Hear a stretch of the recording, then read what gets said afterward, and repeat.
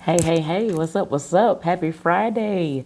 So I did make a post yesterday on Facebook and I was talking about how the Lord was talking to me on my way to work yesterday. But he wouldn't allow me to release it yesterday. So I guess today he wanted me to release it today. And it's so amazing how he's so strategic in the way he does things because I just thought about it. Today is the fifth day since I was laid up in the hospital. So the number five is very significant because it speaks of God's grace and it symbolizes his goodness and favor toward humans. So let me just go ahead and drop this little nugget right quick. So I was riding in my alone time, in my silent time yesterday morning, and I've been asking God all week exactly what did that attack mean, exactly what was significant about that, what am I supposed to be learning from this, because it took me days for my body to really feel like I feel like now. Like I'm like yesterday was the first day that I felt somewhat normal. And I was asking God, what does this mean? What are you saying? What am I supposed to be learning? What am I supposed to be grasping from this? Because I never want to go through anything and come back out empty. I always want to come back with some wisdom, some knowledge, some something if I'm going to endure it. I wanted to be purposeful. So I was asking God, and he simply let me know. He said, well, daughter, the attack, the infirmity was a sign. It was a sign that you are doing what God has called you to do, what I've called you to do, what I've asked of you to do, what I've purposed for you to do.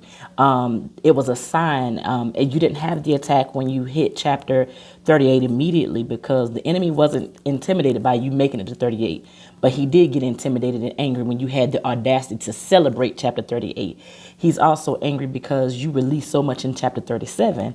You released your book in chapter 37 that told of some things that was concerning your heart. Now listen to my words. That was concerning your heart. So the fact that you had you freed yourself from heart issues, things that were meant to destroy your heart, things that were supposed to take your heart by storm, even the loss of your mom, that's one thing that you still struggle with, and it's something that's still ever present. But the fact that you were able to maneuver beyond that and you would be able to be transparent, you had the audacity to share your story. You had the audacity to tell the truth about how you really had to go through some things, some challenges, some hurdles.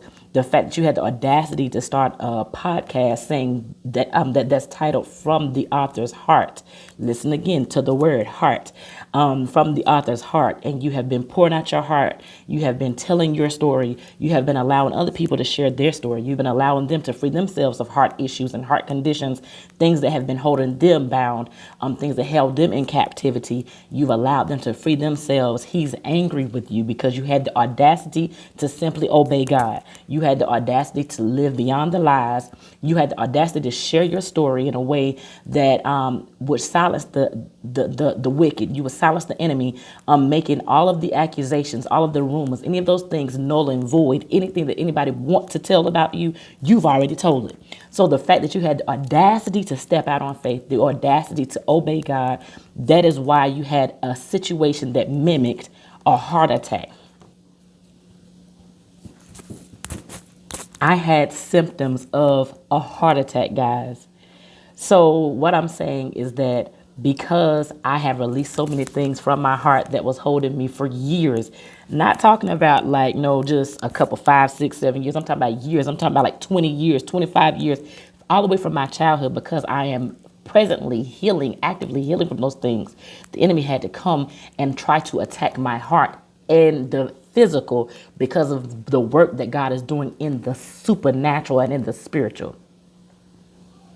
So I just wanted to tell you guys to glory in your infirmities. Don't take it as punishment. Don't think that you're doing anything wrong.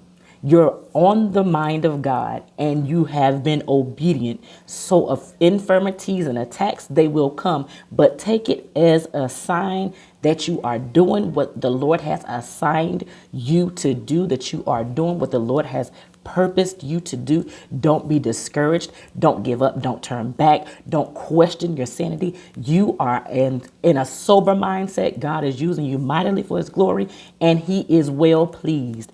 Continue to move forward. Continue to have the audacity to believe. Continue to have the audacity to love again after heartbreak. Continue to have the audacity to strive for greatness and to launch that business and to launch that business plan and to help people get deliverance for real. That's what the Lord needs in this season and in this hour. I just wanted to drop that nugget. I'm not going to get full on this live because I feel some type of way. But I love you guys. I love you, love you, love you, love you with the love of the Lord. I pray that this blesses somebody. Listen, it's not easy, but it's a sign.